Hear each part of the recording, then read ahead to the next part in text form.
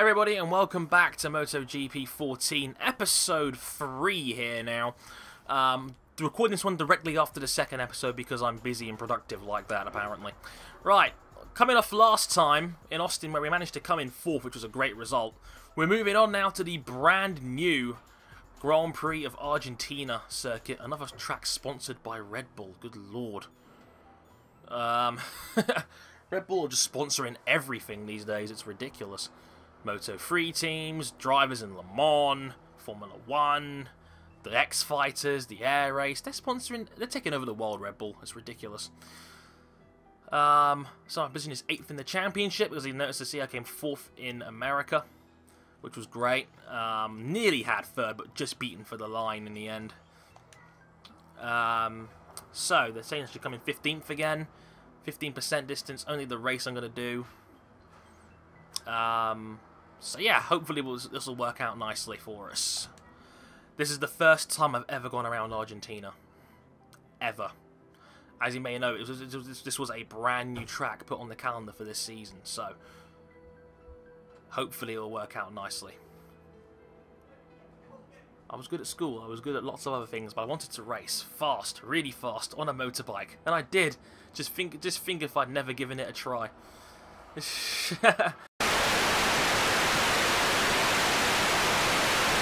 But yeah, the circuit, inaugurated in 2008, becomes one of the official MotoGP circuits. The track is a great mix of fast corners and long corners, forcing riders to keep up their rhythm.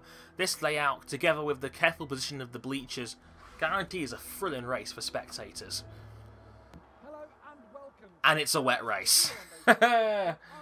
This will be fun.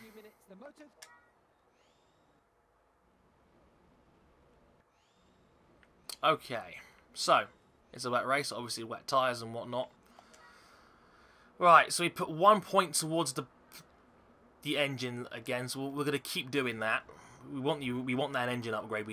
This bike needs more power, especially on the tracks with longer straights.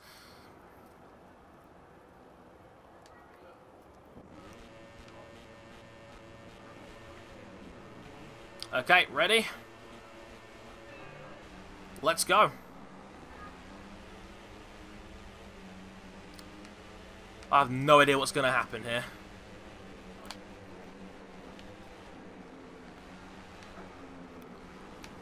Going to have a little bit of a bump and grind session here for this first corner because it's staying tight to that line.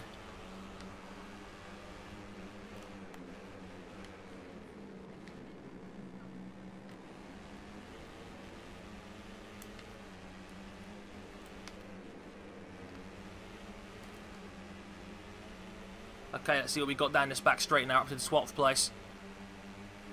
This is the longest straight on the track, so I'm going to struggle here, but I do have a slipstream, which is nice as well. Hitting that rev limiter pretty soon. It's as late as I dare. I might be a bit too much. No. Nailed it. Excellent. We're up into 8th place. This is kind of where I need to be finishing right now, I would say. But let's talk about MotoGP a little bit, shall we? Let's talk about the top class now, because I talked a lot about 2 and 3 in the last one, but the first one is obviously, what can you say that hasn't already been said about Marc Marquez? I mean, holy crap. 7 races, 7 wins, 6 times on pole position. I think 5 times he's had the fastest lap at the Grand Prix as well. He is a monster. He is rewriting the rule book. He is, don't get me wrong, he's on probably the best bike. I think Honda's a little bit better than Yamaha. A little bit. Maybe a tenth or 2, I would say. But, I'm running out of superlatives to describe Marc Marquez at this point. He is doing a sensational job. He's doing a mind-blowing job at that team right now, and I'm watching him in awe right now. Well, somehow we're up into 4th place now, which is excellent. The lead in 3's not a million miles away here. But yeah, I'm saying it's like I'm in awe of what he's doing right now. He's doing a truly phenomenal job. He is mystifying to watch. I know A lot of people are saying he might be killing the sport by being so dominant. I disagree. He's produced some fantastic racing as well. I mean, you look at the race in Catalonia just this past weekend. You look at the race in Mugello.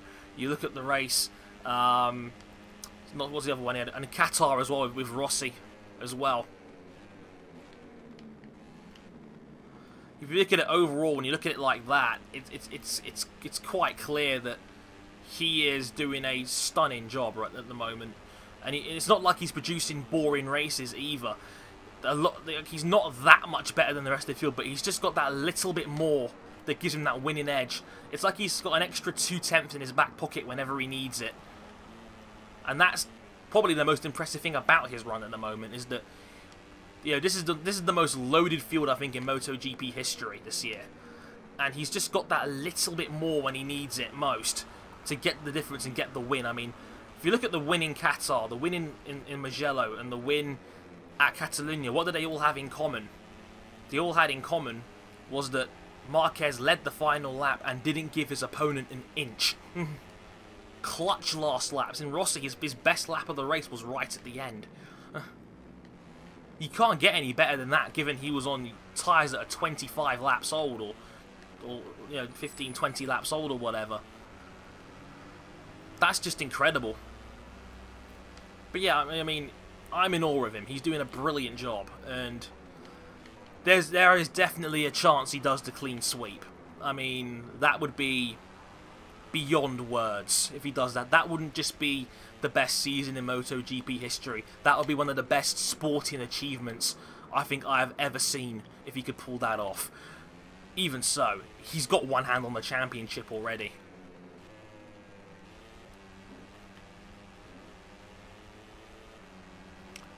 That's got to defend here from Isaac Vinales for P4. He's right on my tail here now.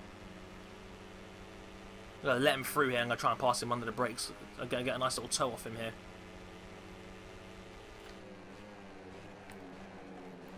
Not bad for a bike without a brakes upgrade. But if you look further back through the rest of the field, I mean, Valentino Rossi. Rossi, if you ever watch my MotoGP 13 Let's Play, and I was talking a lot about Rossi, and I was questioning, is Rossi done? Is he finished? It looked like he was getting slow. It looked like he was losing pace. He was constantly finishing 4th behind his teammate Lorenzo and the 2 Repsol Hondas. It looked like he was done. And I was thinking, okay, he sacked Jeremy Burgess. You know, he doesn't want him as his crew chief anymore. He's moved on from that. And it's like, well, there's not much more you can do if you change your crew chief around. If he doesn't have a good season this year, we might start to question how good he really is. Wrong! Wrong, wrong, wrong. This man is 35 years old, has done over 300 Grand Prix, and he's still second in the championship. He's been on the podium, I think, 4 times this season, and he's doing a sublime job.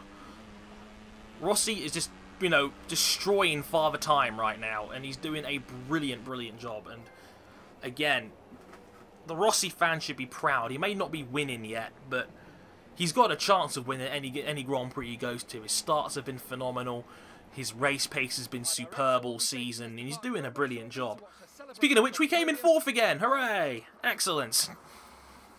Right, so Middle East Championship, we're up to 6th now, ahead of Oliveira and Antonelli, which is excellent. I like Argentina rod, actually. It's very smooth. You can see why it's all about the rhythm. It makes sense. There's a lot of rhythm around this place. But, yeah, just overall, Rossi's been sublime this year as well. Deserves all the praise in the world for 300 Grand Prix and still looking just as good as he did 5 years ago. And it's even harder for him to...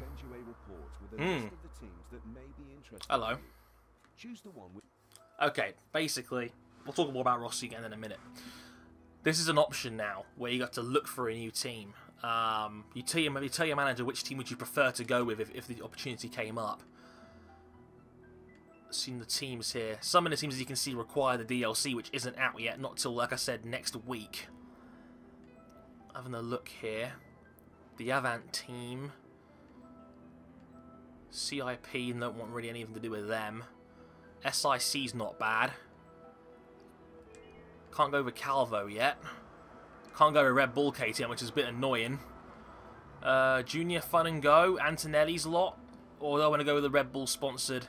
Well, I'm a Sebastian Vettel fan. Let's go with the Red Bull sponsored IO team. So let's see. This doesn't mean you'll get the seat. What it means is you have that's the team you want to go for. So Marquez wins in Argentina. Marquez Tango. Rabat wins Moto2 again. God, Rabat's won 3 for 3. With Mika Kallio second in all 3 races. Maverick Vinales third in all 3 races. Actually, almost all 3 races, because you'd have 48 if it wasn't for that. Thomas Luthi in 4th. Okay. Let's move on the calendar. Let's go to our next round. Jerez. This should be a fun one. Jerez is very technical, very short, very snappy. So this should be very fun. I do like Jerez a lot as it goes. So this should be very, very interesting.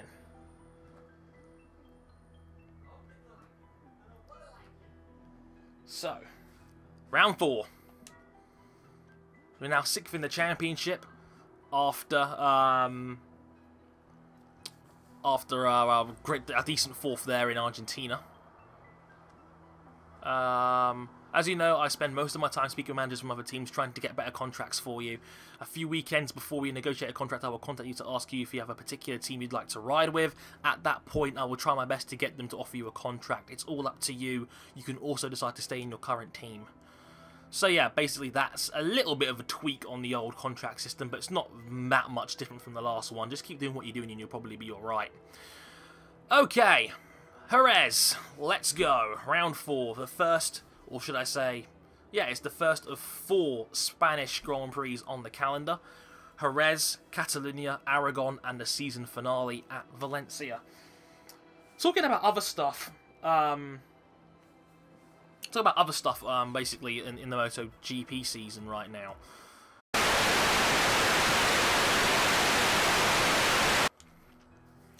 Overall, Lorenzo's not been his usual self. I don't know how much of that is the bike or just Lorenzo the person. I know he's always been such a confusing character, and you know, a guy that's hard to get a true grip on. But it looks as if he's just struggling at the moment. A bit like Sebastian Vettel in Formula 1, you could say.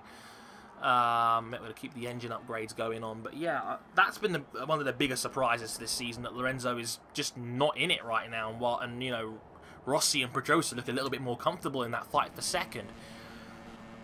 On top of that as well, Pedrosa looks his usual solid self, but it looks like he's just not as good as Marquez. I will give him this. He put up a great fight in Catalunya last weekend, which was great to see.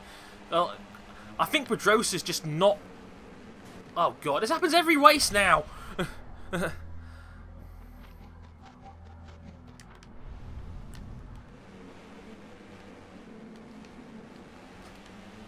I think it's just one of those things where he's just not as good as Marquez is. Maybe he's too conservative. Oh wow, what happened there? That was a bit of a mess.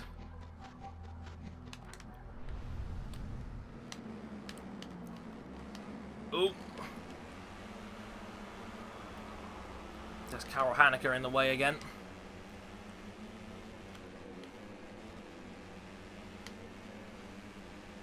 But overall, it's just like, well, Lorenzo doesn't look that great. Pedrosa looks average. Rossi looks fantastic. Definitely the rider of the season if you want to discount Marquez. Further back, the midfield is really stacked right now, and that's making for some great action as well. Further down the field, the Espargaro brothers, Ian Owen, Bradle, Bradley Smith, etc. All looking, you know, solid right now. All fighting for those top end seats when they get available. And that's going to be interesting as well to keep an eye on as well. Apart from Crutchlow. Crutchlow has had an awful time so far this season on that Ducati. And I kind of, to be fair, a lot of people kind of expected it, which makes it even sadder in a way, because he left a really good Tech 3 team to go to a Ducati team which he thought was going to be able to help him out, and it just hasn't happened for him yet. Obviously, you know, I'm a Crutchlow fan. Crutchlow is a guy I root for, in case people didn't know already. One, because he's British, and two, because he's really funny. He's a great guy, and I really wish he does well, but God, is he struggling with that Ducati. I don't know what it is with him on that bike. I mean, it's had technical problems too, don't get me wrong, but Lord, it is struggling, and it's not nice to see. It really isn't.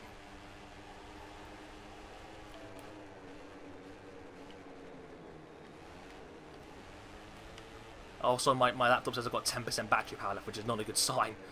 I might have to pause the video and in the editing booth and just quickly tweak it. Hang on, I'm going to do that now, actually. 1 minute. Through the power of editing.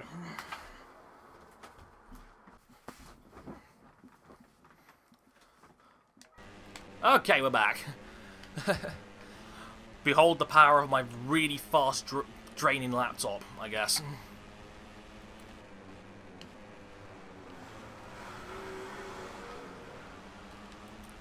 Let's see if we can close in on the top 7 a little bit. I think this is where my limit is right now.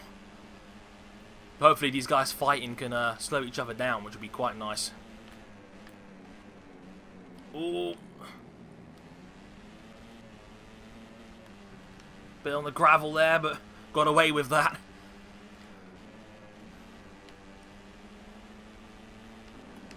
But it looks like 8th will be my limit this time around.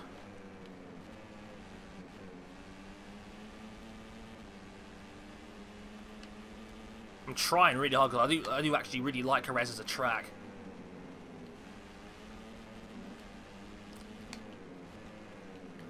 I do know there's one corner I'm really good around here though. It's the second to last corner. I know I can close time on around there. It's coming up right now.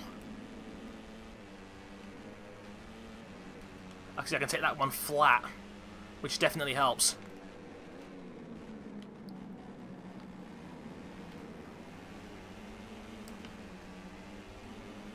So definitely closing in a little bit here, which is definitely making for more exciting stuff here. I can maybe squeak a top 5 out if I'm really good. There's not a lot of room though, mind you. Bagani is there. I'm not sure what else is in that pack. Speaking of the midfield in real life as well, how about Andrea Rianoni? He's a guy that's really impressed me so far this season. That Pramac team is doing some good things right now, even with Yoni Hernandez working on last year's bike. Ianoni's doing a really good job, and you know, he's turned into an excellent qualifier. He's an excellent starter for most of the time. If he could just stay on the bike a little bit more often, I think he'd be doing really, really great. And you know, he can be very proud of himself. He's putting himself in line for a top-end seat.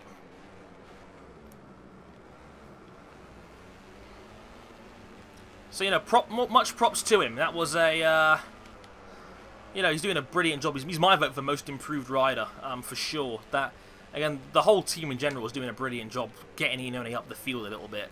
The Pramac team has definitely shown some improvement. Maybe it was the whole dropping of Ben Speed's thing which probably helped. Sorry, Ben. I do feel bad for Ben having to retire and all that. The guy was just getting too banged up, I think. It's a shame, really, because, you know, he was a solid rider. You know, had a couple of wins here and there. You know, did okay with the factory bike, just not in the same league as Lorenzo, and that's hardly fair, really, is it?